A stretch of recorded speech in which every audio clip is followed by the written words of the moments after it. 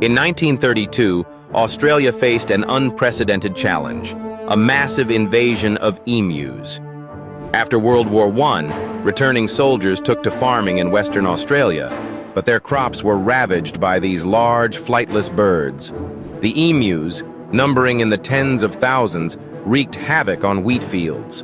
Farmers, desperate for help, called for military intervention. Armed with machine guns, soldiers set out to cull the emu population. However, the emus proved evasive, often outrunning soldiers and scattering in groups. The campaign was a dismal failure, with only a handful of birds killed.